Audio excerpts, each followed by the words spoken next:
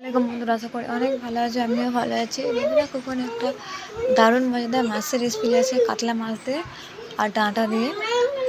তেল গরম হয়ে গেছে, এখানে মাছটা আমি তেল নুন ভালো করে মাখিয়ে রেখে দিয়েছিলাম আগে থেকে। তো মাছগুলো ভেজে নেবো। কাতলা মাছের পেটি দিয়ে আর ডাঁটা দিয়ে খুবই সুন্দর লাগে, সজনা ডাঁটা দিয়ে। তোমরা কে কে কাতলা মাছের মাছ দিয়ে আর সজনা ডাঁটা দিয়ে খেতে পছন্দ করো অবশ্যই কিন্তু কমেন্টে জানিও। আর আজকের ভিডিও কে কোথা থেকে দেখছো অবশ্যই কমেন্টে জানাও। তো মাছগুলো আমি ভালো করে ভেজে নেবো লাল লাল করে। আর রুবিনা চ্যানেলে অবশ্যই যদি এখনও পর্যন্ত নতুন হয়ে থাকো তো অবশ্যই চ্যানেলটা সাবস্ক্রাইব করে পাশে থাকবেন, পাশে থাকা বেল আইকনটা অবশ্যই অন করে দেবেন। প্লিজ ভিডিওটা ভালো লাগলে অবশ্যই লাইক কমেন্ট করবেন, শেয়ার করে দেবে বন্ধুদের মাঝে।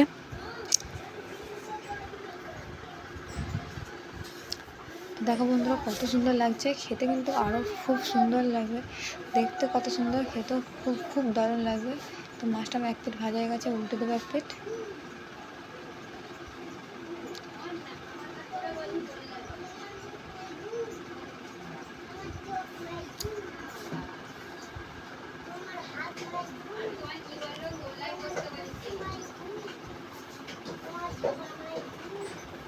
এভাবে উল্টে পাল্টে আমি ভেজে নেবো আবারও।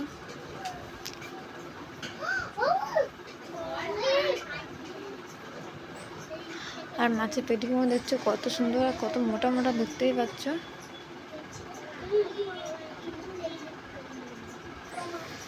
ভিডিওটা প্রথম থেকে দেখতে থাকো, খুবই ভালো লাগবে।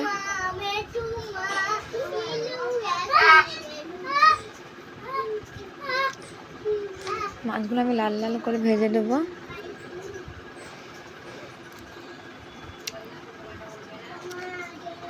তো এবারে এখন মাছ ভাজা গেছে, এখানে পেঁয়াজ লাল করে দিয়েছি ধুয়ে রাখা আলু, ধুয়ে রাখা ডাঁটা দিয়ে দিয়েছি। ভালো করে আবার একটু নেড়ে ছেড়ে দেবো। আর একবার হলো কিন্তু অবশ্যই কাতলা মাছের পেটিতে আর এইভাবে ডাঁটাতে রান্না করে দেখবে, সজনা ডাঁটাতে খুব সুন্দর লাগবে। ছোটো থেকে বড় কিন্তু সকলে খেতে পছন্দ করবে। দিয়েছি স্বাদ মতো লবণ, পরিমাণ মতো লঙ্কা গুঁড়ো,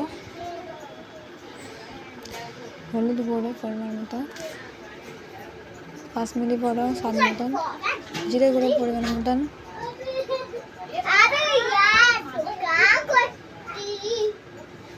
গোলমরিচ গুঁড়ো,